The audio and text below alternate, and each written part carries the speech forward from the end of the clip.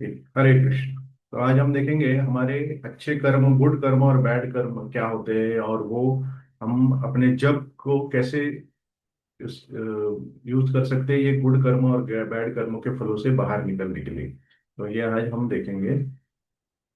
सो एक मिनट। ठीक है।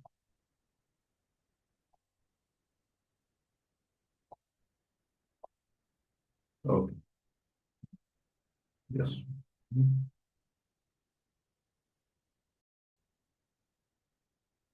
सो हम लोग देखेंगे कि कैसे इसमें ये गुड कर्मा और बैड कर्मा हमें हमारी लाइफ में हमेशा अपने आप को दिखाते रहते हैं।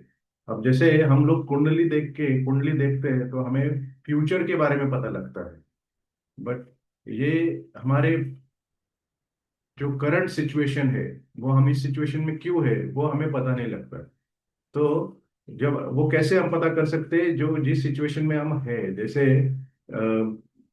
प्रीवियस लाइफ में या पिछले जन्म में अच्छे कर्म होंगे तो इस लाइफ में सुंदर शरीर मिलेगा, हेल्दी बॉडी मिलेगी, या अच्छे फैमिली में हमारा जन्म होगा, अच्छा एजुकेशन मिलता है, अच्छा प्रोफेशन या से अच्छे काम करते हैं, लग्जरियस लाइफ होती है। तो वो पिछले जन्म के अच्छे कर्मों का फल होता है। और उसी तरह से पिछले जन्म में अगर बुरे कर्म किए तो डिसीज हमें डिसीज्ड बॉडी मिलती है, हमारे कुछ बीमारी रहती है, कुछ प्रॉब्लम्स, कोर्ट कचहरी चलते रहती है। तो ये बुरे कर्मों का फल होता है।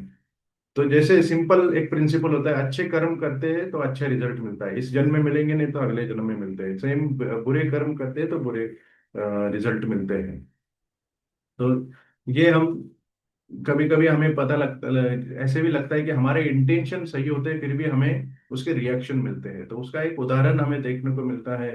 एक उदाहरण ऐसे है कि एक ब्राह्मण थे, अपने कुटीर में रहते थे।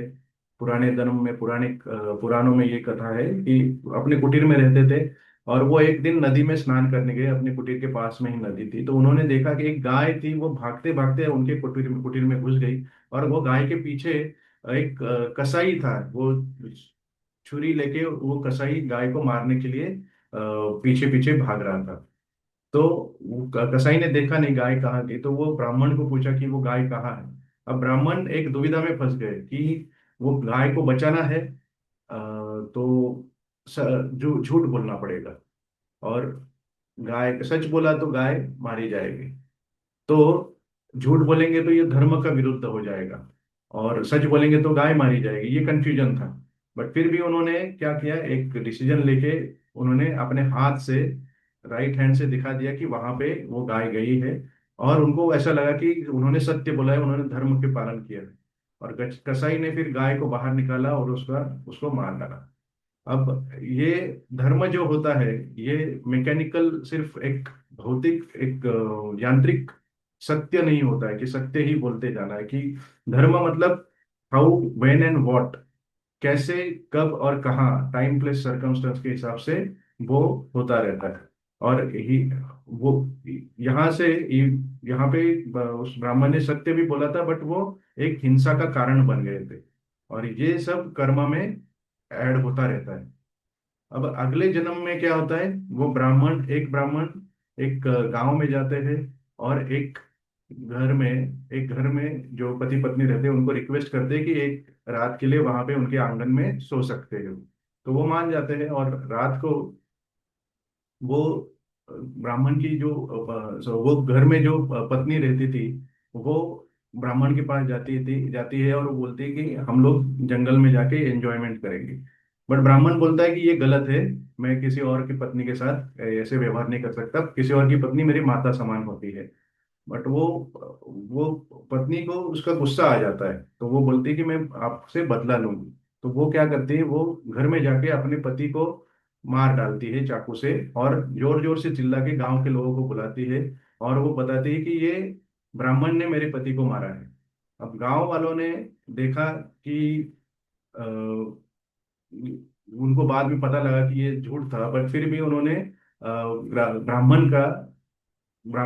ब्राह्मण को मार तो नहीं सकते, बट उन्होंने ब्राह्मण का शिक्षा देने के लिए उसका जो राइट हैंड था उसको काटने की सजा दी।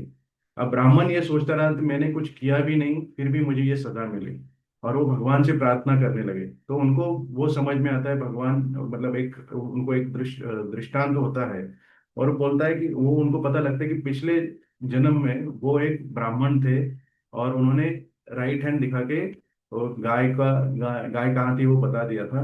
तो उन्होंने सत्य बोला था, इसलिए उनको इस जन्म में भी ब्राह्मण की बॉडी मिली थी। बट उनके हाथ से हिंसा हुई थी, उनके हाथ से नहीं, उन्होंने जो राइट हैंड ने डायरेक्शन दिखाया था वो, इसलिए उसका उनका राइट हैंड को ही दाहिने हाथ को ही काटा गया। वो जो गाय थी वो अगले जन्म में वो वाइफ, वो पत्नी बनी थी, और वो जो कसाई था वो हस्बैंड बना था उसका। तो गाय ने ही कसाई को मारा। तो इसका कंक्लूजन क्या है?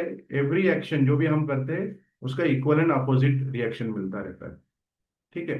तो अब इसको हम कैसे समझ सकते हैं कि कलयुग में ये चार अधर्म बताए गए हैं। द्यूतम पानम स्त्रिय सुना, यत्र अधर्म चतुर्विधा। ये भागवत में, ये पहले स्कंद में 17वें अध्याय के 38वां श्लोक है। और ये चार चीजें जो बताई गई है वो हमारे सफरिंग जो भी होती है, हमें जो तकलीफें होती है उसका कारण बताया गया, और उसको हमें अवॉइड करना है।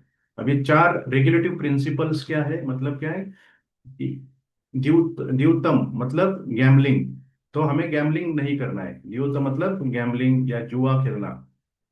ठीक है। पानम मतलब टॉक्सिकेशन, सो नो इंटॉक्सिकेशन, किसी भी तरह से अल्कोहल सिगरेट वो ना पीना। और नो इलिसिट रिलेशनशिप मतलब विवाह बाह्य संबंध नहीं, विवाह से पूर्व और विवाह से बाह्य संबंध नहीं।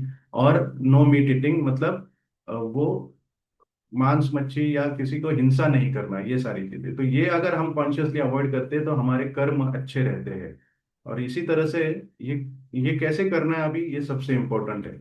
तो हमें राइज करना है। राइज मतलब क्या, हमें ऊपर उठना है। वो ये एक्रोनिम हमें आज सिखाएगा कि जो भी हमें कर्म पिछले जन्म में भी किए होंगे या इस जन्म में भी हमने गलती से कुछ किया होगा, तो ये हमें रोक देना है। रिजेक्ट सिंफुल एक्टिविटीज, जो भी पाप कर्म होते हैं उनको रोक देना है। और एक इंटीग्रिटी इन एक्शंस, हमारी जो एक्शंस जो भी एक्टिविटी होती है उसमें सत्यता होनी चाहिए, उसमें एक कन्विक्शन होना चाहिए। और ये हमें मिलता है जप करने से, स्ट्रेंथ थ्रू चैंटिंग। सो ये जो चैंटिंग से ही, और हमारे जो अगले जन्म अगले जो कर्म कर्म होते हैं वो हमारे सुधारित हो जाते हैं।